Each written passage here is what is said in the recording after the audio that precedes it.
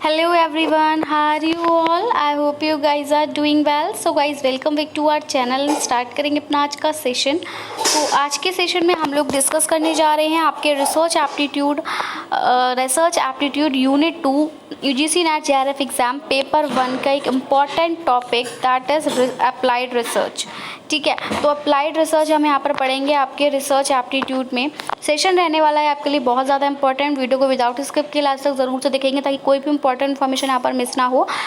हम आपके अपने प्रीवियस सेशंस की बात अगर हम करें तो हमने वहाँ कम्युनिकेशन का भी आपको कंसेप्ट यहाँ पर भी प्रोवाइड कराया हुआ है। टीचिंग एप्टीट्यूड पर भी हमने डिस्कशन किया है और अभी हम रिसर्च एप्टीट्यूड के अप्लाइड रिसर्च पर डिस्कशन करने जा रहे हैं।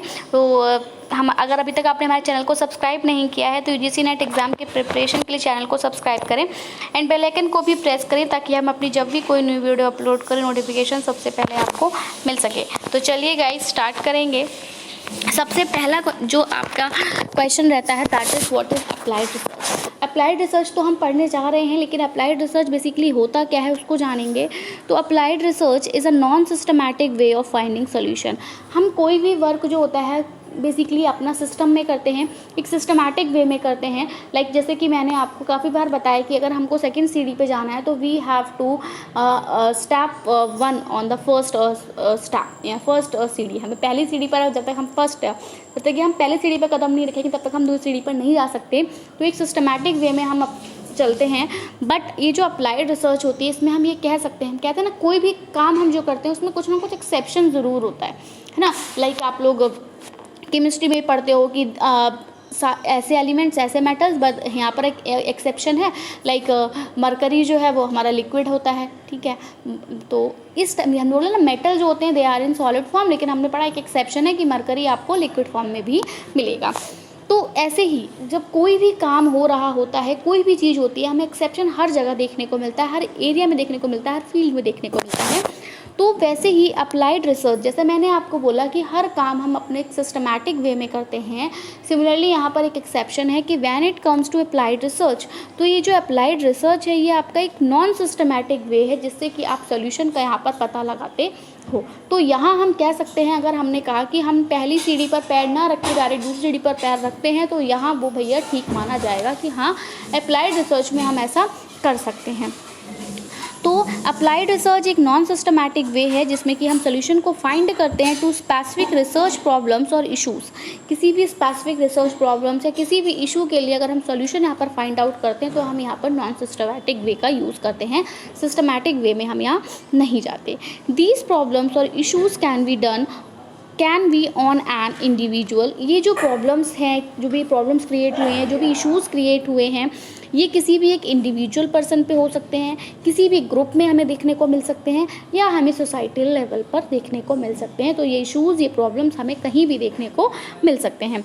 It is called non systematic. अब इसको नॉन सिस्टमैटिक क्यों कहा जाता है, कि क्यों हम नॉन सिस्टमैटिक वे में यहाँ पर सॉल्यूशंस फाइंड करते हैं अप्लाइड रिसर्च में। तो इसको नॉन सिस्टमैटिक इसलिए कहा जाता है क्योंकि it goes straight to finding solution. ये स्ट्रेट जाता है सॉल्यूशन को फाइंड करने में। लाइक ये जब सीधे चल रहा है, ठीक है, हमने बोला ना सिस्टमैटिक वे में, ये सीधे चल रहा है तो इसके रास्ते में कोई आया, लेकिन अगर इसको वहाँ समझ नहीं आ रहा तो ये उसको स्किप करके आगे बढ़ेगा क्योंकि उसको सीधे चलना है। ठीक है, ये सीधे चलता जाएगा, ये उसके लिए रुकेगा नहीं है, उसके लिए टर्न नहीं होगा। इसीलिए इसको एक नॉन सिस्टमैटिक वे कहा जाता है, क्योंकि बेसिकली अगर हम कोई भी काम सिस्टम में कर रहे होते हैं तो हम कोई भी काम अगर सिस्टम में कर रहे हो तो उसके उस पर्टिकुलर स्टेप पर अभी हम जहाँ उस स्टेप को कंप्लीट करने के लिए अगर हमें कोई अदर टास्क लेना है तो हम टर्न भी करते हैं, बट हमें अप्लाइड रिसर्च में टर्न नहीं करना, हम गोज़ ऑन स्ट्रेट हमें बिल्कुल जाना है। इस वजह से ये नॉन सिस्टमैटिक में काउंट होता है। ठीक है, हम यहाँ पे सॉल्यूशन फाइंड करने के लिए बिल्कुल स्ट्रेट जाते हैं, बीच में अगर कोई आ रहा है तो हम उसको छोड़ेंगे, हम नहीं करेंगे कि हमें भैया इससे भी पास आउट करना है, हम अगर नहीं कर पा रहे हैं हम उसको स्किप करेंगे। ठीक है, तो इसलिए बोला जाता है नॉन सिस्टमैटिक पे। अब अनुप्रयुक्त अनुसंधान क्या है, हिंदी में देखेंगे तो अनुप्रयुक्त अनुसंधान विशिष्ट अनुसंधान समस्याओं या मुद्दों का समाधान खोजने का एक गैर व्यवस्थित तरीका है। तो ये समस्याएं या मुद्दे व्यक्तिगत हो सकते हैं, समूह में हो सकते हैं और आपके सामाजिक स्तर पर भी हो सकते हैं। और यहाँ हम अपनी समस्याओं का जो भी समाधान खोजते हैं तो वो हम एक सिस्टमैटिक वे में नहीं खोजते, एक व्यवस्थित तरीके से नहीं खोजते, गैर व्यवस्थित तरीके से खोजते। अगर हमें कुछ नहीं मिल रहा है एक स्टेप पे तो हम उसको छोड़ के आगे बढ़ जाते हैं। It is often called a scientific process. इसको साइंटिफिक प्रोसेस कहा जाता है because it uses the available scientific tools and puts them to use to find answers. इसको साइंटिफिक प्रोसेस इसलिए कहा जाता है क्योंकि ये जितने भी हमारे अवेलेबल साइंटिफिक टूल्स हैं उनका इस्तेमाल करता है और फिर उनको रखता है ताकि वो क्या कर सके, आंसर्स को फाइंड आउट कर सके। तो इसलिए अप्लाइड रिसर्च को एक साइंटिफिक प्रोसेस कहा जाता है but not the systematic process. Applied research हमारा साइंटिफिक प्रोसेस तो है लेकिन सिस्टमैटिक प्रोसेस नहीं है, नॉन सिस्टमैटिक प्रोसेस है, जिससे कि अप्लाइड रिसर्च में सॉल्यूशन फाइंड आउट किए जाते हैं किसी भी पर्टिकुलर रिसर्च प्रॉब्लम के लिए या फिर किसी भी इशू के लिए। ठीक है, इसे अक्सर वैज्ञानिक प्रक्रिया कहा जाता है क्योंकि यह उपलब्ध वैज्ञानिक उपकरणों का उपयोग करता है और उत्तर खोजने के लिए उनका उपयोग करता है। अब टाइप्स ऑफ अप्लाइड रिसर्च की अगर मैं बात करूँ तो बेसिकली अप्लाइड रिसर्च में हमारी 3 टाइप्स ऑफ रिसर्चेस आती हैं। First is evolution research, second research and development and third is action research. तो 3 researches are there, 3 types of researches are there in applied research, evolution research, research and development, action research. अनुप्रयुक्त अनुसंधान के जो प्रकार हैं ये basically 3 तरह के हैं, मूल्यांकन अनुसंधान, अनुसंधान एवं विकास और कार्रवाई पर शोध। अब आइए इनके बारे में थोड़ा सा डिटेल में पढ़ लेते हैं कि अब इवोल्यूशन रिसर्च क्या होता है। अप्लाइड रिसर्च हमने देख लिया कि जब हम किसी भी समस्या का समाधान गैर व्यवस्थित तरीके से करते हैं, नॉन सिस्टमैटिक वे को यूज़ करके हम किसी भी समस्या का सॉल्यूशन फाइंड आउट कर रहे हैं तो वो आपकी अप्लाइड रिसर्च के अंतर्गत आता है और ये बेसिकली 3 टाइप्स का होता है, action, evolution, research and development. तो सबसे पहले हम पढ़ेंगे एवोल्यूशन रिसर्च। एवोल्यूशन रिसर्च एक तरह का अप्लाइड रिसर्च है। ठीक है, it looks at the information on a research subject. ये रिसर्च सब्जेक्ट में इंफॉर्मेशन पर जोर देता है, इंफॉर्मेशन पर फोकस करता है, इंफॉर्मेशन को देखता है। This kind of research leads to objective research. ये तरह की जो रिसर्च है ये ऑब्जेक्टिव रिसर्च के साथ लीड करती है एंड लोगों की मदद करती है मेक बेटर डिसीजन सूनर, ताकि वो जल्दी ही बेहतर डिसीजन ले पाएँ।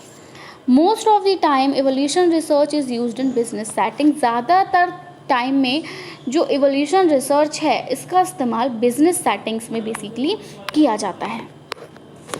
मूल्यांकन अनुसंधान, तो मूल्यांकन अनुसंधान एक प्रकार का व्यवहारिक अनुसंधान है। ये किसी शोध विषय पर जानकारी को देखता है। इस प्रकार के शोध से वस्तुनिष्ठ शोध होता है। यह लोगों को जल्द बेहतर निर्णय लेने में मदद मिलती है। अधिकांश समय में मूल्यांकन अनुसंधान का उपयोग व्यावसायिक सेटिंग्स में किया जाता है। इवोल्यूशन रिसर्च में क्या होता है, या तो आप ये काम कर लेंगे या तो आप ये काम नहीं कर पाएंगे, या आप कर भी लेंगे नहीं भी कर पाएंगे। तो इस टाइप से आपको यहाँ पर अल्टरनेट ऑप्शंस दिए जाते हैं and you have to select only one. The organization uses this research to figure out how the overhead cost can be cut down a lot.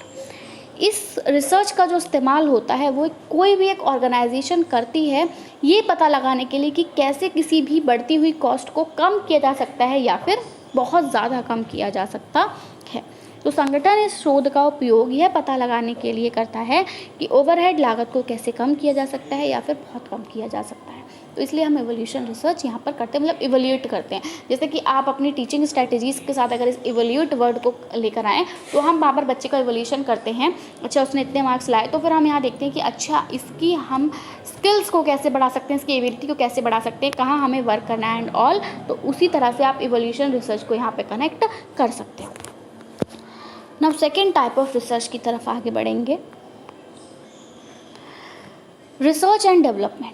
तो रिसर्च और डेवलपमेंट आपका सेकेंड टाइप का applied research है। इसका जो main goal है is to create और design new products. वो क्या है कि आप बनाएं नए प्रोडक्ट को डिज़ाइन करें और services that meet the needs of certain markets in society, और सर्विसेज का यूज़ करें जो कि आपकी जो भी सोसाइटी में ज़रूरत है उसके अकॉर्डिंग आप यहाँ पर अपना काम करें। यानी मेन जो आपका मोटिव है वो क्या है, आपका डेवलपमेंट का मोटिव है। जहाँ भी एक पर्टिकुलर एरिया में जहाँ आप रिसर्च करें उसका आपको डेवलपमेंट कराना है।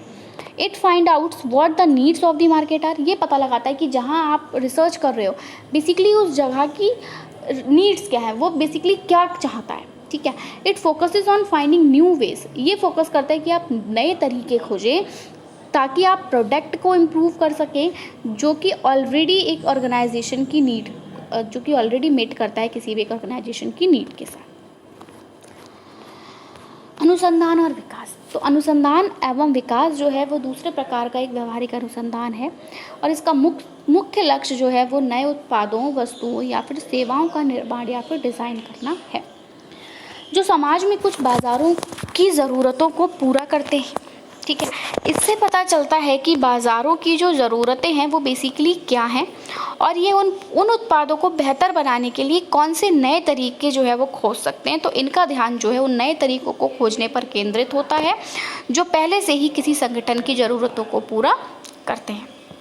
ओके, अब हम आगे बढ़ेंगे, एक्शन रिसर्च देखेंगे। एक्शन रिसर्च क्या होता है? तो एक्शन रिसर्च में हमने पहले बोला कि आप इमीडिएट जब कुछ करते हैं, ठीक है, इमीडिएट जब आपका एक्शन आता है, मतलब आपने पढ़ी समस्या और तुरंत आप एक्शन कर रहे हो, तो एक्शन रिसर्च जो है वो आपका थर्ड टाइप का अप्लाइड रिसर्च है। Action research is a way to learn about things, ये एक तरीका है जिसमें कि आप चीज़ों को सीखते हो that happens in everyday life and nature, जो हमारे नेचर में, हमारी लाइफ में रोज़ होती हैं। It's goal is to find real world solution, इसका जो मोटिव होता है वो रियल वर्ल्ड सोल्यूशन को फाइंड आउट करना होता है बिजनेस प्रॉब्लम्स के लिए, by pointing the business in the right direction, ताकि ये बिजनेस को कैसे राइट डायरेक्शन में लेकर आए। कार्रवाई पर शोध, तो क्रियात्मक अनुसंधान तीसरे प्रकार का एक व्यवहारिक अनुसंधान है। क्रियात्मक अनुसंधान रोज़मर्रा की ज़िंदगी और प्रकृति में होने वाली चीज़ों के बारे में जानने का एक तरीका है। मतलब इस एक्शन रिसर्च के थ्रू आपकी डेली लाइफ में क्या हो रहा है, आपके नेचर में क्या हो रहा है, वो आप पता लगा सकते हो और इसका लक्ष्य जो है व्यवसाय को सही दिशा में ले जाकर व्यावसायिक समस्याओं का वास्तविक दुनिया में समाधान खोजना होता है। तो ये तो हमने अभी क्या पढ़े, अप्लाइड रिसर्च पढ़ा, उसके टाइप्स पढ़े। अब हम एग्जांपल्स के थ्रू उसको समझेंगे। मैंने यहाँ पर एग्जांपल्स ओरली ना बोल के लिख दिए ताकि आप तरीके से समझ पाए, क्योंकि मैंने हमने अपनी प्रीवियस वीडियो में टीचिंग एड्स पढ़ा था, वहाँ बताया था जब आप देखते हैं, सुनते हैं तो मैं तरीके से सीखते हैं, तो इसीलिए मैंने भी वही सेम किया है। एग्जाम्पल्स यहाँ मैंने ओरली ना बोल के नोट कर दिए हैं। तो applied study is used in many areas of study and research, तो स्टडी और रिसर्च के अलग अलग एरियाज़ में जो है वो हम अप्लाइड स्टडी का यूज़ करते हैं। साइंस से लेकर सोशल साइंसेस तक हम अप्लाइड रिसर्च यूज़ करते हैं। We also talk about how it is used in those fields and give some examples, हम ये भी बात करेंगे कि कैसे ये उस फील्ड में इनका इस्तेमाल करते हैं और इनके कुछ एग्जाम्पल्स आपको देंगे। तो अनुप्रयुक्त अनुसंधान के उदाहरण की अगर हम बात करें तो व्यवहारिक अध्ययन का उपयोग विज्ञान से लेकर आपके सामाजिक विज्ञान तक होता है। अध्ययन और अनुसंधान के कई क्षेत्रों में इसका उपयोग किया जाता है। हम इस बारे में भी बात करेंगे कि इन क्षेत्रों में उसका उपयोग कैसे किया जाता है और कुछ उदाहरण यहाँ पर हम आपको प्रोवाइड करेंगे। तो सबसे पहले अगर हम अप्लाइड स्टडी की बात करें बिजनेस में, तो बिजनेस में कैसे होता है। अप्लाइड स्टडी जो बिजनेस सेक्टर में होती हैं वो हमारी फुली डिपेंड होती हैं on their products and services, product और सर्विसेज पर डिपेंड है बिजनेस में। इट हेल्प्स ऑर्गेनाइजेशन, ये ऑर्गेनाइजेशन की हेल्प करता है कि वो मार्केट की जो भी नीड है उसको समझ सके, जो भी ट्रेंड अभी चल रहा है उसके अकॉर्डिंग। देखिए, अगर आप किसी भी मार्केट में जा रहे हैं, मान लीजिए आप मॉल में जा रहे हैं, ठीक है, मॉल में जो आपके कपड़े हैं वो अकॉर्डिंग टू ट्रेंड नहीं है, ये मॉल में वो कपड़े लगे हुए हैं जो ट्रेंड से बाहर हो चुके हैं, ठीक है, तो आपके मॉल में कोई क्यों आएगा, ठीक है। हम किसी और मॉल में जाएंगे, लाइक अगर मैं बरेली का एग्जांपल आपको यहाँ पर दूँ तो हमारे बरेली में जो विशाल मेगा मार्ट है और हमारा बाज़ार इंडिया है, तो ये लोग बिल्कुल पास पास है, ठीक है। बाज़ार इंडिया से विशाल मेगा मार्ट आप पैदल चल के जा सकते हो, 5 मिनट भी कह सकते हो, 2 मिनट में आप जो है वो एक दूसरे मॉल को क्रॉस कर जाओगे। तो इतना पास हैं ये दोनों मॉल। और मान लीजिए अगर विशाल मेगा मार्ट में ऐसे कपड़े लगे हुए हैं जो कि ट्रेंड से आउट हो गए हैं, तो हम विशाल मेगा मार्ट क्यों रुकेंगे, हम तुरंत बाज़ार इंडिया में आ जाएंगे। तो जितने भी कस्टमर्स विशाल मेगा मार्ट में जाते हैं, अभी बेसिकली हम लोग प्रेफर करते हैं विशाल मेगा मार्ट, क्योंकि वो थोड़ा काफ़ी लंबे टाइम से मतलब पुराना है कह सकते हैं, और बाज़ार इंडिया भी न्यू है और इतना अच्छा कलेक्शन नहीं होता है as compare to Vishal Mega Mart. तो वही अगर विशाल मेगा मार्ट में जो कस्टमर्स ज़्यादा हैं उनको कपड़े जो हैं वो अकॉर्डिंग टू ट्रेंड नहीं दिखेंगे, तो सबके सब बाज़ार इंडिया पहुंच जाएंगे। और अब जो विशाल मेगा मार्ट की पोजीशन थी वो अब किसको मिल जाएगी, बाज़ार इंडिया को मिल जाएगी। तो तो अप्लाइड जो रिसर्च होती है, अप्लाइड स्टडी जो होती है वो इसीलिए की जाती है, वो आपकी प्रोडक्ट और सर्विसेज का ध्यान रखती है कि किस किस तरह की सर्विसेज हमें देनी है और किस तरह के प्रोडक्ट्स हमें लेकर आने हैं, और जो प्रोडक्ट्स हमें लेकर आने हैं वो हमें किसके अकॉर्डिंग लाने हैं, जिसकी मार्केट को नीड है, यानी जो कि अभी ट्रेंड में चल रहा है। ठीक है, और इसका एग्जांपल आप ऐसे भी ले सकते हो कि अगर आप समर सीजन में विंटर्स के आउटफिट लेके आ रहे हैं तो कौन खरीदने जाएगा, है ना। समर सीजन में समर के आउटफिट्स होंगे तभी। अब आपने ये भी देखा होगा कि जब विंटर्स एंड हो रही होती हैं उस टाइम पर आपकी बहुत सेल चल रही होती है ना, कि सेल है, आप क्या करो जल्दी जल्दी सेल आपको इसलिए दी जाती है कि जो भी विंटर के आउटफिट्स है, क्योंकि नेक्स्ट टाइम ट्रेंड दूसरा होगा तो उनको कोई बाय नहीं करेगा, उनका बहुत लॉस होगा, तो उस लॉस को कम करने के लिए वो क्या करते हैं, विंटर्स के लास्ट में सेल चला देते हैं कि सेल का सुन के सब लोग जो है वो उसको खरीद लें। ठीक है, तो यहाँ पर वही कहा जा रहा है कि अप्लाइड रिसर्च में क्या होता है, किसी भी ऑर्गेनाइजेशन जो है वो मार्केट की नीड को समझती है, ट्रेंड को समझती है और फिर अपने प्रोडक्ट को उसकी तरह शेप करती है ताकि जो कस्टमर्स हो वो यहाँ पर फिट रहें। ये पता है नेक्स्ट विंटर आ रही है, नया ट्रेंड आएगा तो कस्टमर्स नए ट्रेंड के साथ जाएंगे, उस टाइम पर हमारा ये पुराना माल नहीं बिकेगा, इसलिए इसको अभी बेचो, ख़त्म करो। ठीक, तो ये अप्लाइड रिसर्च इस तरह से बिजनेस में यूज़ होती है। तो व्यवसाय में अनुपयुक्त अध्ययन, तो व्यावसायिक क्षेत्रों में व्यवहारिक अध्ययन पूरी तरह से उनके उत्पादों और सेवाओं पर निर्भर है।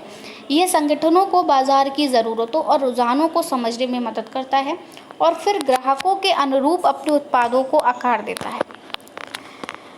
Businesses benefit from this research, अब बिल्कुल इस रिसर्च से बिजनेस को बेनिफिट मिलता है because it allows them to detect gaps in their finding and obtain primary information on target market preferences. क्या करता है ये, बेसिकली व्यवसाय को इस शोध से लाभ होता है क्योंकि यह उन्हें अपने निष्कर्षों में अंतराल का पता लगाने और लक्ष्य बाजार प्राथमिकताओं पर प्राथमिक जानकारी प्राप्त करने की अनुमति देता है।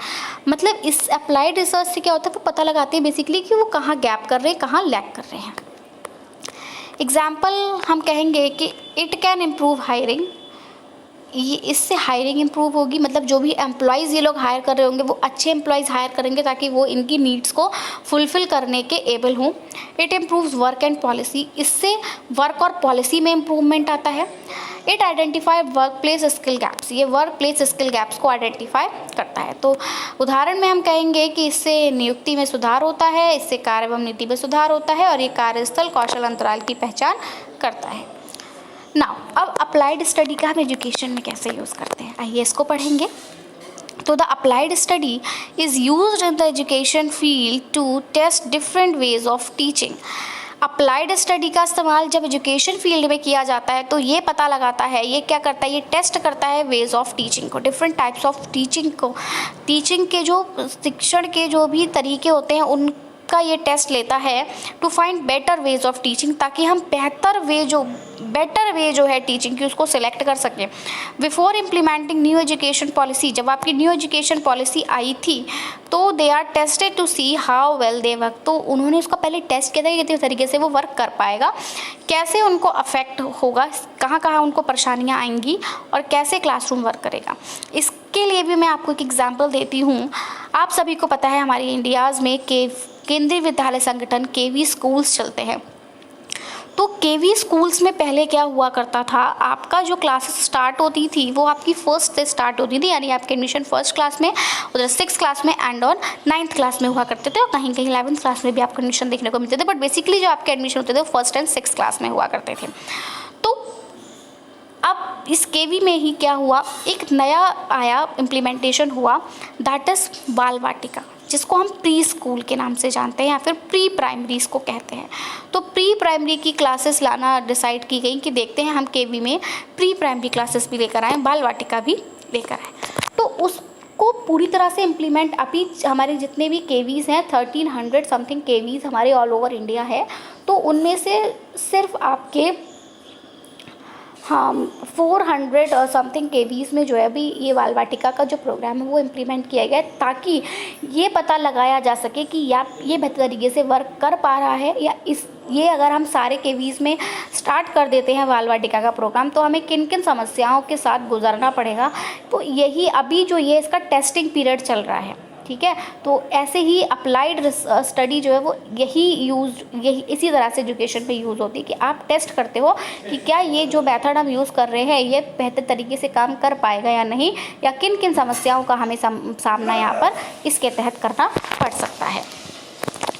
शिक्षा में अनुप्रयुक्त अध्ययन की अगर मैं बात करूं तो अनुप्रयुक्त अध्ययन का उपयोग शिक्षा क्षेत्र में शिक्षण के विभिन्न तरीकों का परीक्षण करने और शिक्षण और सीखने के बेहतर तरीके खोजने के लिए किया जाता है।